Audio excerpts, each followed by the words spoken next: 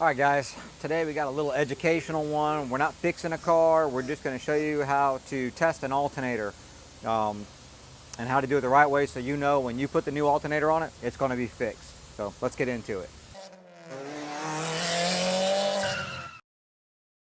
All right, so we get a car in, it's not charging, charging light's on, or we think the charging system's not functioning right, so we're going to test the alternator. So what are we going to do? We're going to grab a tester. More than likely most of us have got something like this, Midtronic something, and we're going to test the battery and the starter and the alternator in one shot. Okay, great. We test it. Let's say the battery comes up marginal. It's probably going to if it's not charging right. The starter tests out good and the alternator tests bad, so it's not charging. Okay, so now what do? We condemn the alternator and kick it and say, hey, we need to put an alternator in it, or do we need to do some other steps here? I think we need to do some other steps. So what can possibly cause an alternator to not charge properly that would show up on a tester like that it's not charging, but it maybe is not the alternator? Well, what do we have going to the alternator? We've got battery cable going to the alternator, from the battery to the alternator, a large cable. We've got some other type of control wires or another connector on that alternator that is going to help regulate. It's either going to be computer controlled or internally controlled in the alternator. We need to be sure that all that's good. How about the ground? Is the ground good? So we need to check these things. And then also, I will tell you that I'm going to show you how to do an AC ripple test. And what we're going to be looking for there is the alternator may test good, maybe charging, but we may have a problem if you have something like weird electrical problems happening and we want to eliminate the alternator as an issue. We need to do this AC ripple test, and it takes just a couple of minutes. So let's get into how are we going to check the battery cable going to the alternator, how are we going to check the ground going to the alternator. I was going to talk briefly about the other wires. I'm not going to do it on this vehicle. This is actually one of my vehicles. This is just a Toyota truck, 2002 Toyota truck. So we just got it in here just to kind of just give you some examples. So you know that we like the scopes. So we've got a couple of scopes here. We've got our ATS scope that we're going to do a test on. I'm going to show you how we can do an AC ripple on this, or not really an AC ripple. We're going to test the diodes on this because that's what we're doing with an AC ripple test. And then I know a lot of people have got a Zeus or a Modus or a Virus or some snap-on scope. I'm going to show you how to test that. I'm going to show you what to set up on this, how to set it up, and how you can save that preset so you can do this very quickly on cars when you get them in and you have a question about the alternator. Something that if you're doing drivability problems and you've got some weird electrical things going on, this is literally maybe a 2-minute thing if you can get to the alternator fairly easy to test the diodes on it. So let's go ahead and get into it. First thing I'm going to do, I'm just going to tell you what we got hooked up. Right now, I've got the yellow channel hooked up, and I've got it going to the alternator battery lug. I don't know if you can see it down here. That's going to alternator battery lug there. Okay, so that's the cable that goes from the battery to the alternator. All right, so, and I'm also going to show you how to test this because I know a lot of you guys always ask me, oh, this guy, he breaks out a scope for everything. You know what? We got the meter today because we can definitely check for voltage drops with this on the cable and on the ground side. So we're going to use this too. So what are we looking for here? Well, right now I'm going to start this up and we're going to see what kind of voltage we got on that lug. So let me go inside real quick. I'm just going to start it. So now we've got it running, scopes on. I'm on that positive battery lug on the alternator. I've got my ground always. My ground is on the negative side of the battery. Okay, and here's our voltage. So this alternator is good. There's nothing wrong with it. Let's go ahead and stop this because what we're doing here is we're just looking at this voltage waveform. Now I'm going to show you how to check the diode. So what we would call an AC ripple on other scopes, but on this one we're going to do it right here. So one connection.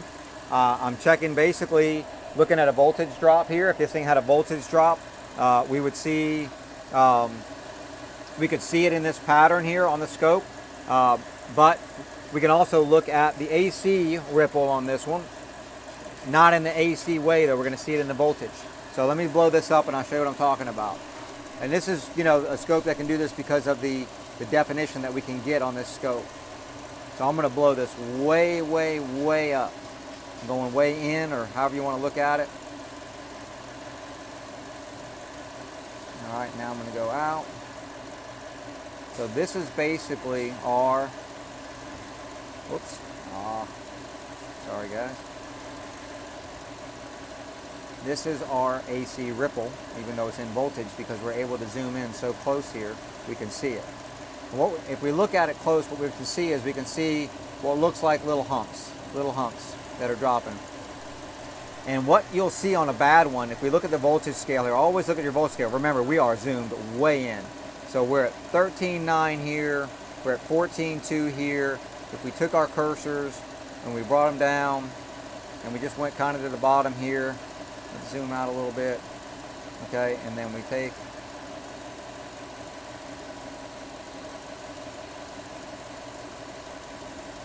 kind of come down in the middle here. We're not really worried about these little dropouts unless they were consistent. If they were consistent, then we would. We're looking at 201 millivolts right there. What you're looking for is anything under 500 millivolts, but I will tell you from experience, if an AC, so if we're looking at the diodes in this alternator and we're looking for a diode to fail, so what you'll see is a very consistent, one of these spikes will come way down. When I say way down, I mean it'll be in volts, not in millivolts. It'll drop way off the screen and be way down here. And it'll be very consistent, and then you'll know that the diode is bad in that alternator. And what that's going to allow to happen is it's going to allow AC voltage back into the car, which obviously the car is running on DC voltage, and computers and things don't like that. It can cause some weird electrical problems. So this is one way to do it on the ATS scope. One hookup, we're right there. Where, you know, if it had a voltage drop, we could see that on here. We could look at the voltage here, we could look at the voltage there, compare them. I'm going to show you a way to do the voltage drop with the meter, and I'm going to show you how to do the AC ripple with the snap-on, because I know a lot of people have the snap-on scope. So those of you that have the ATS scope, hook it up like this, blow it way up, and look at that pattern, and all you're looking for is just consistency in those humps. You can see it's going to move around, it's going to snake a little bit. That's totally normal. You're looking for a spike to go way down, and it be more. It's not going to just happen once. It's going to happen, you know, fairly regularly. So let me get this off. I'm going to get this one on. I'll do it while you guys are on there. That way you can see how fast this is. This car's running. It's hot. And I'm still going to be able to do this fairly quickly. Now, when you're doing these AC ripple, you have to do it at the alternator. You cannot do it at the battery.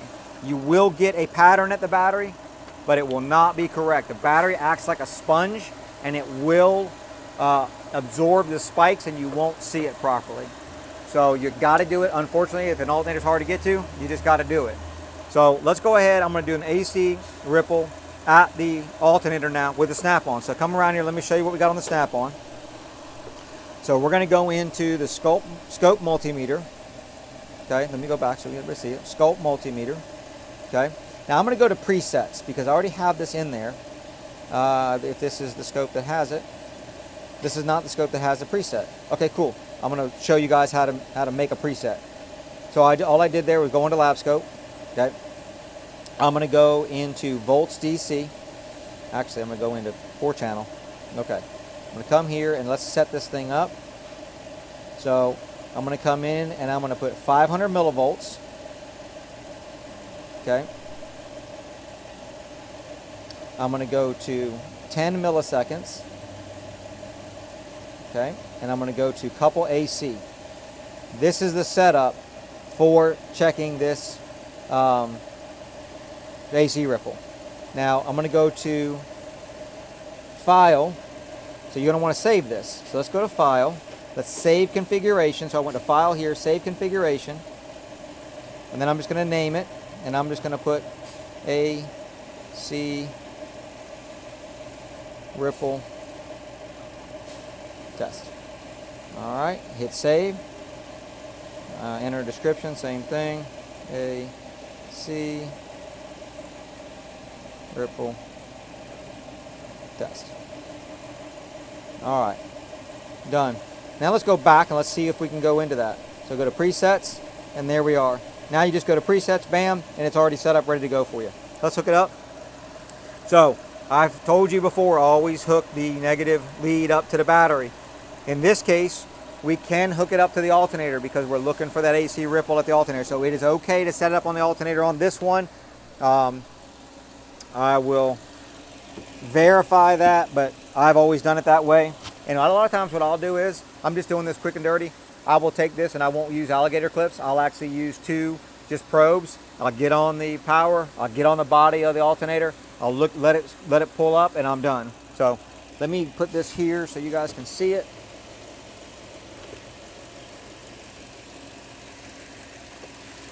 All right.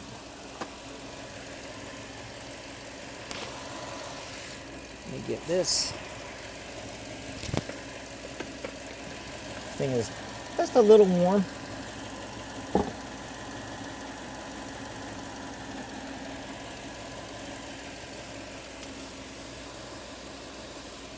All right, and we can see it, but it's up out of, there we go. Okay, so here we got 200. Now this is AC ripple because we're AC coupled.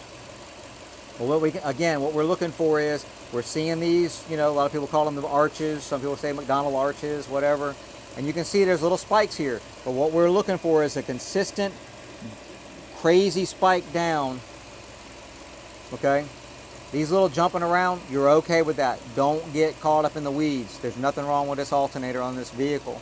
All right? If you've got something, each one of these is a diode that's cutting off here. Okay? That's why it looks like this. If you've got a bad diode, you will see one dropping way down very, very consistently. So this is a normal pattern.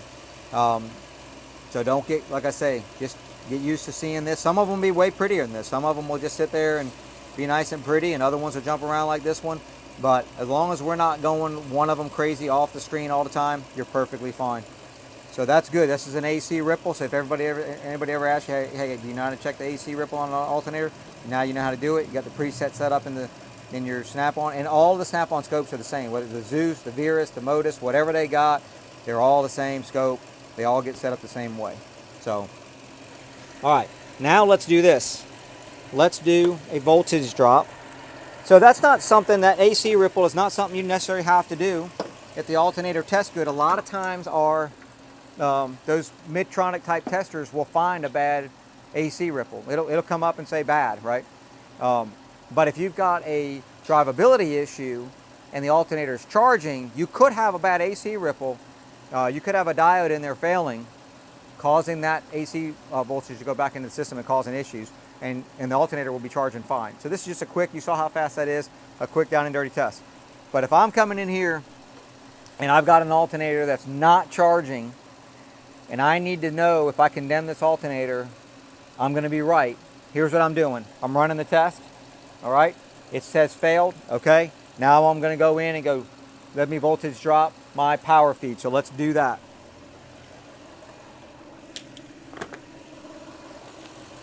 How do we voltage drop? Well, here's what we're going to do. We're going to put it on volts, right? Volts DC, just like we always used to.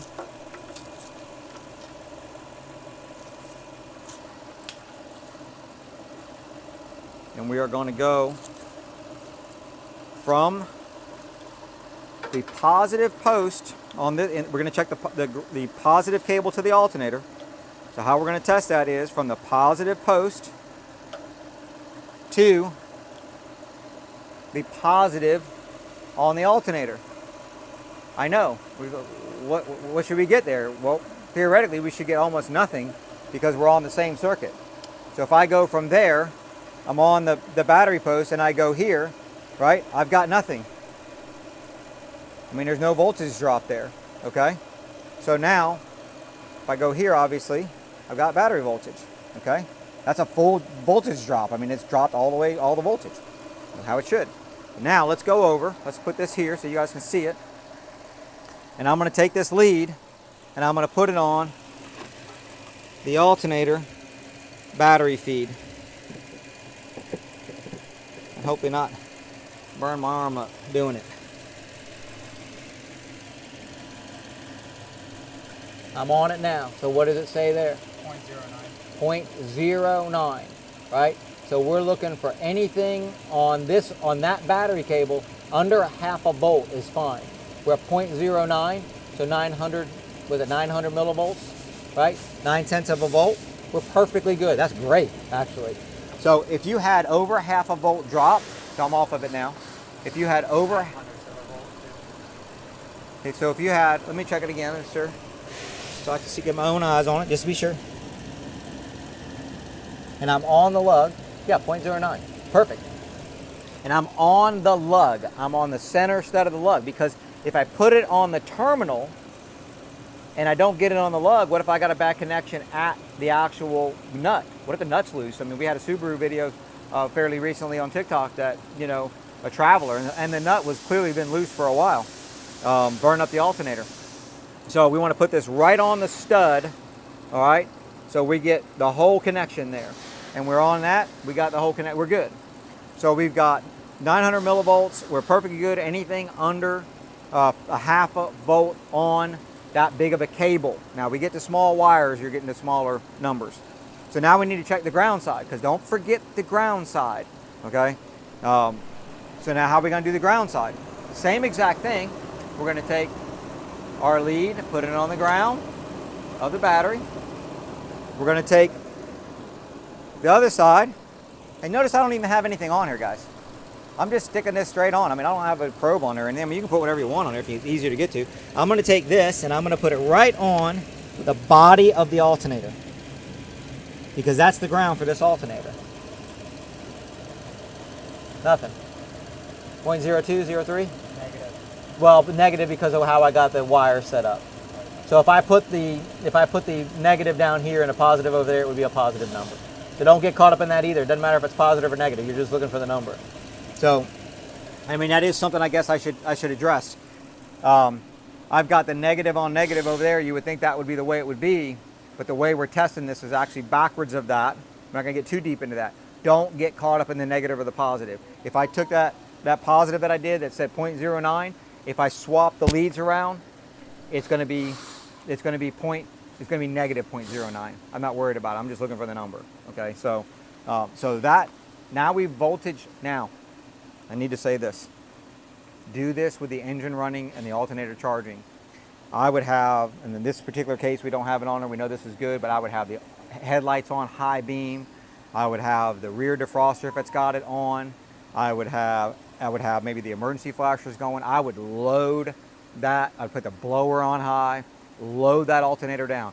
The only way you can really determine if something has a voltage drop is if the circuit is actually flowing amps. The more amps we can flow, the more we're going to know if it's got a voltage drop. So you're going to want to load everything down to be able to test this.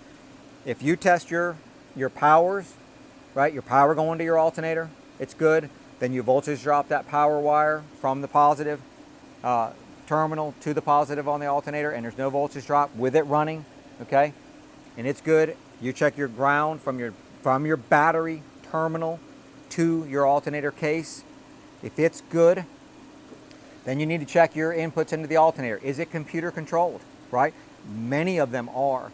So we're going to have some type of control going to the alternator.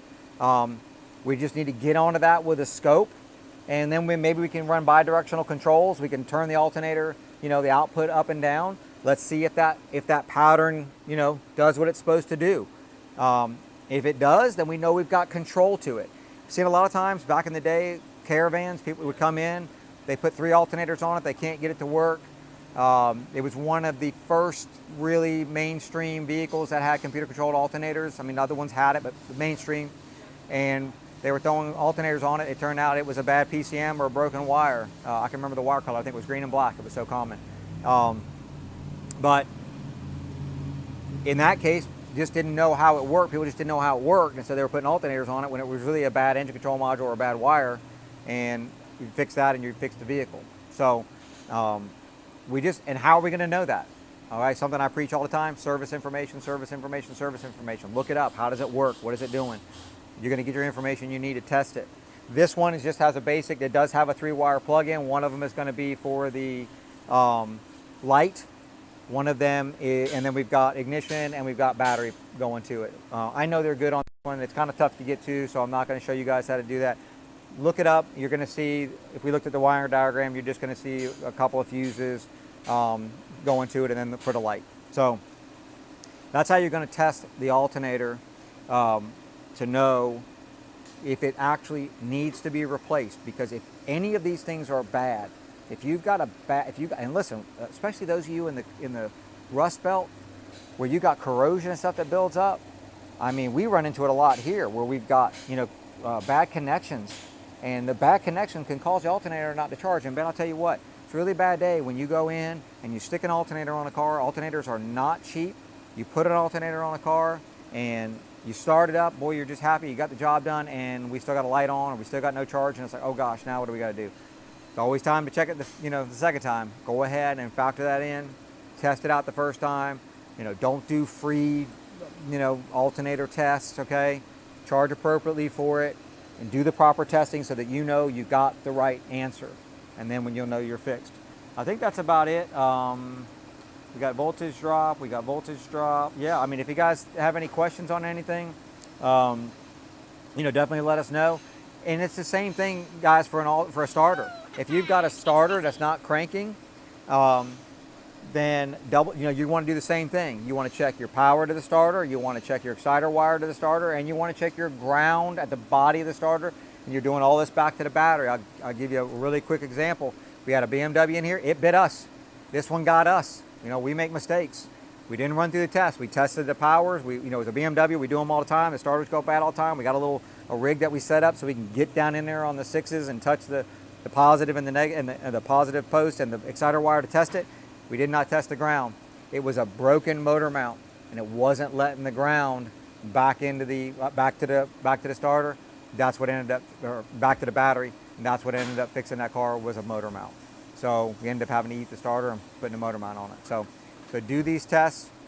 If you have any questions, if I missed anything, if you think we need to add something, let me know. Put a comment down below. Let's teach everybody. There's a lot of smart guys out there. Put some comments down there so we can make sure I didn't overlook anything. Sorry it's taken so long to get another video out. We've been really backed up. We've been a little short-handed, but we're back on now. We're hoping to get some more videos out in a couple of weeks. Look for it. Hit that thumbs up, hit that subscribe, and we'll see you in the next one.